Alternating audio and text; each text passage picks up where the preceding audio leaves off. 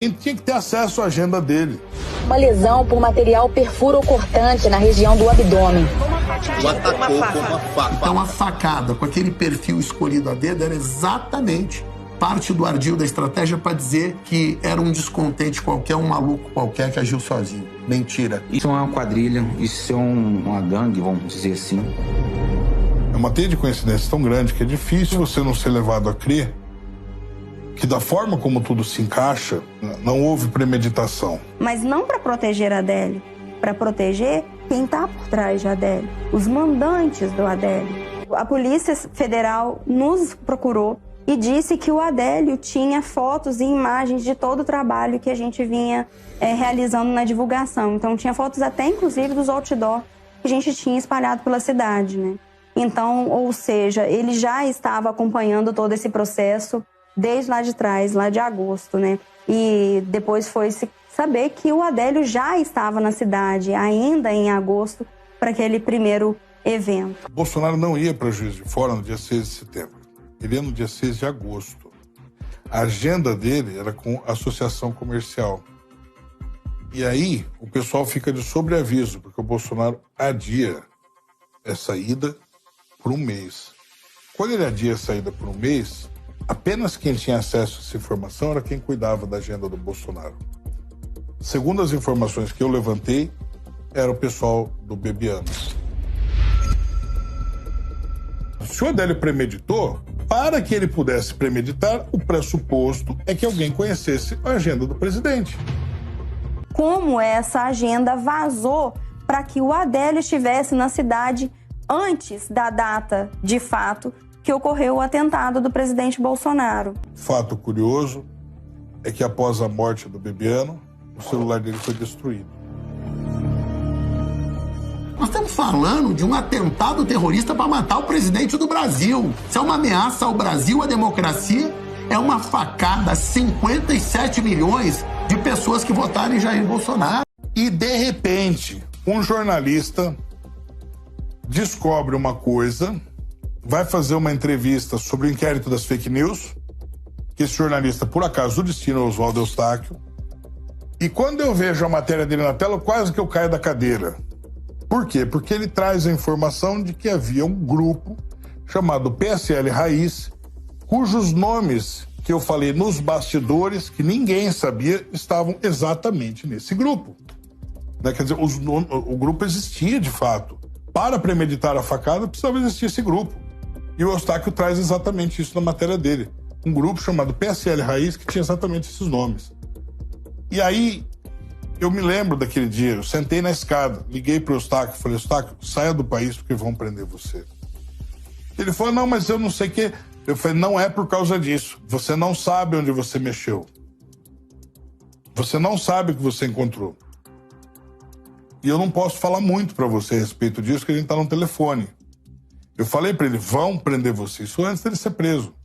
Eu lembro até hoje, estava sentado na escadaria em Brasília, eu liguei para ele e falei, Eustáquio, saia daí. Antes do incidente que ele foi parar na cadeira de rodas.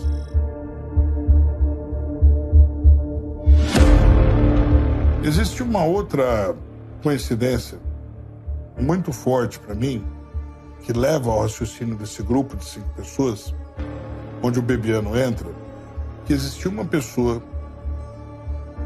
pedindo para que o Luiz Felipe não fosse o vice do Bolsonaro. Existia, na época, uma pessoa que depois ia se eleger deputada, inclusive. Né? Ia dar bastante dor de cabeça lá na frente. E esta pessoa estava pedindo ali, então, não, Luiz Felipe não, isso aqui é Bebiano. Estava forçando o nome do Bebiano, segundo as informações que eu levantei, segundo as pessoas que participaram da campanha que eu conversei. Estava tudo certo para que o Luiz Felipe fosse o vice do presidente Bolsonaro. Eu tive acesso aos inquéritos, né? Não posso falar de fato, obviamente que eu não vou falar quem me forneceu os 2 inquéritos, mas foi encontrado com o Adélio, né, algumas coisas muito intrigantes que vão fazer sentido depois de um bom tempo de investigação. Uma delas foi um papel, uma lista com uns números e letras que, à primeira vista, aquilo ali parecia, você fala, uma coisa aleatória, né? E depois, quando você olha, teve um iraniano que estava preso no Brasil ele pede perdão presidencial e ele fala que ele vai contar como que o Adélio agiu, com quem que ele estava envolvido, etc. Ele fala que vai fazer revelações e esse cara, ele afirma que o Adélio estava com uma facção criminosa e que a prova disso é que ela deslocaria veículos para auxiliar ele naquele dia 6 de setembro. E que, portanto, o Adélio conheceria as placas dos veículos. Quando você olha aquela lista de novo, o que você tem ali? Você tem placas de veículos, né? Aquele papel que foi pego no segundo andar da rua Alfield, né? Em Juiz de Fora, lá pelas 3h40 da tarde. Mas quem é esse iraniano que diz possuir informações tão relevantes para a solução desse crime? Farhat Mavisi, apelidado de Tony, foi condenado por encomendar o assassinato de um auditor da Receita Federal, além de descaminho, lavagem de dinheiro, homicídio e organização criminosa. Mavisi ficou detido por cerca de um mês em uma cela vizinha a de Adélio Bispo, na ala médica da Penitenciária Federal de Campo Grande. Em conversas, o iraniano afirma ter descoberto que Adélio seria ligado a uma facção criminosa. Além disso, teria revelado o nome do mandante do crime e de uma outra pessoa, que teria passado para Adélio as informações sobre a agenda de campanha de Jair Bolsonaro em Juiz de Fora. Segundo ele, essas duas pessoas eram políticos importantes. Isso é uma resolução do TSE. Você vai falar, bom, o crime foi cometido no dia 6 de setembro. A eleição foi acontecer lá para o dia 3 de outubro. Então, nesse intervalo, se o presidente falece, a probabilidade de alguém usar isso e usar a lei atrelada a este fato para confundir a população, a pessoa pensa que está votando Bolsonaro e está votando em outra pessoa, é muito grande. E aí você diz o seguinte, bom, se o Bolsonaro fica com o Bebiano, opção A, ele escolhe, fala assim, não vou querer o Luiz Felipe porque apareceu um dossiê e vou desistir dele e o Bebiano entra. Se o Bolsonaro fica com o Bebiano, eles têm tempo de agir. Agora, caso isso não aconteça, então o caminho tem que ser outro. Então o Bolsonaro tem que ser morto nesse prazo, nesse intervalo. Por quê? Porque senão eles perderam tudo, porque eles perderam o vice. Então eles têm que aproveitar essa legislação para poder matar o presidente, para poder tomar o poder. Porque senão, se isso não acontece, quem que entra? Entra o Mourão. E aí com o Mourão também, eles iam ter que fazer o quê? Matar o Mourão também? Entendeu? Eles não iam tomar o poder desse jeito. Eles falam, bom, não vamos tomar o poder assim. E a gente tem que matar esse cara antes da eleição. A gente usa a lei a nosso favor e elege quem o PSL quiser. É claro que isso tudo que eu estou falando está no nível das hipóteses de investigação. Uma investigação, para quem não sabe, é você usar a metodologia científica na solução de um crime. Para você usar a metodologia científica, você tem que levantar todas as hipóteses e testar uma por uma, fazer a indução, né? Caso isso aconteça, seria assim associado. Caso aquilo aconteça, seria de outro. E você vai derrubando as impossíveis até que só sobre uma possível no final. Então, neste caso que eu estou dizendo, essas hipóteses também têm que ser pensadas. Eu digo o PSL, não estou acusando o PSL disso, mas estou dizendo que, de fato, isso seria uma vantagem política num jogo psicopático. A única saída é a gente mudar o jogo. Vamos tirar desse estádio. Vamos levar isso para a várzea. E como é que a gente faz isso? Vamos contratar a ciência. Vamos contratar psiquiatras, forenses. E aí vem o toque de Midas. Eu peticionei, o juiz deferiu que o meu psiquiatra forense tivesse acesso ao interior do Presídio Federal em Campo Grande e lá ele fizesse uma anamnese, um exame para nós quanto à rigidez mental do Adélio.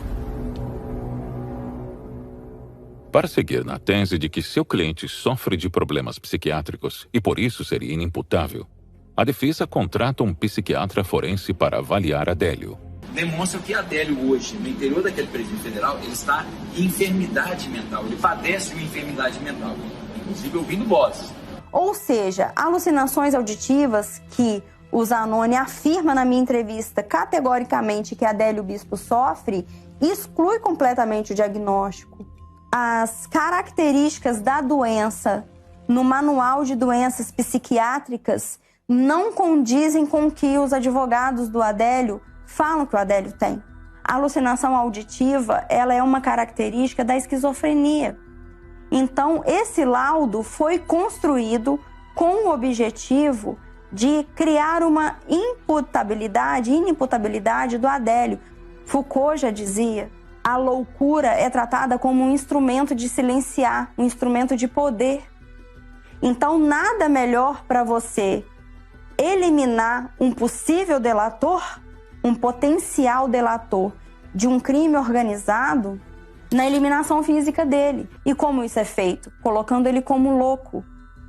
Porque através dessa doença mental, ninguém vai dar ideia para qualquer coisa que ele venha possivelmente delatar. É a punição perfeita. A chegada do Adélio na delegacia, existe um espaço de tempo grande, e nesse espaço de tempo grande é que a imprensa vai começar a noticiar. Então você calcula esse tempo. Espera um pouquinho. De onde saiu Pedro Poça para chegar a Juiz de Fora? Saiu de Barbacena. Pedro Poça saiu de Barbacena para ir para lá? Essa é uma questão que eu queria muito saber. Como que acontece o fenômeno do deslocamento do Pedro Poça para que ele chegue até o local em tempo recorde, né? E, olha, no momento que ele chega na delegacia, há quanto tempo tinha acontecido a comunicação com a imprensa? Então, até sair isso, e o Pedro vai dizer para mim que ele viu na imprensa, o que ele quer me convencer? Ele quer me convencer, não eu, mas a pessoa que está ouvindo e montando cronologicamente, que ele saiu de Barbacena e chegou lá em 10 minutos. Se ele fez isso, acho que aí é uma questão de ligar para o pessoal da DC lá, porque ele tem que estar na Liga da Justiça. Eu não vejo outra, né? Eu não vejo outra situação na qual ele possa responder isso. Né? Como que isso é possível? As leis da física são diferentes em Barbacena? Não sei. Só que nas investigações eu achei uma incongruência maior ainda do que o deslocamento do Pedro Poça, né? A gente sabe que o Zanoni, ele é contratado no dia seguinte para ir para lá. E no mesmo dia, de tarde, ele vai de avião, então, de Belo Horizonte para Juiz de Fora, para audiência de custódia do Adélio. Só que o Pedro Poça e o Zanoni, eles são colegas de equipe. E o Zanoni fala isso na entrevista, inclusive. Parte da minha equipe já estava em Barbacena. 2 advogados possuem escritório de advocacia em Barbacena. Bom, então aqui ele admite que já tinha alguém da equipe dele lá. Porém, ele, Zanoni, só foi contratado no dia seguinte. Isso. Então, no mínimo, é uma coincidência, ou ele já sabia que o Adélio apresentou um advogado. Isso. Ou é uma coincidência que o Pedro Poça, colega dele de equipe, estava lá e ele foi contratado no dia seguinte, Sim. Ou essa história é inventada, eles já sabiam, né? Já sabiam. Amanhã um cara assim, assado, vai precisar de um advogado e nós já estamos no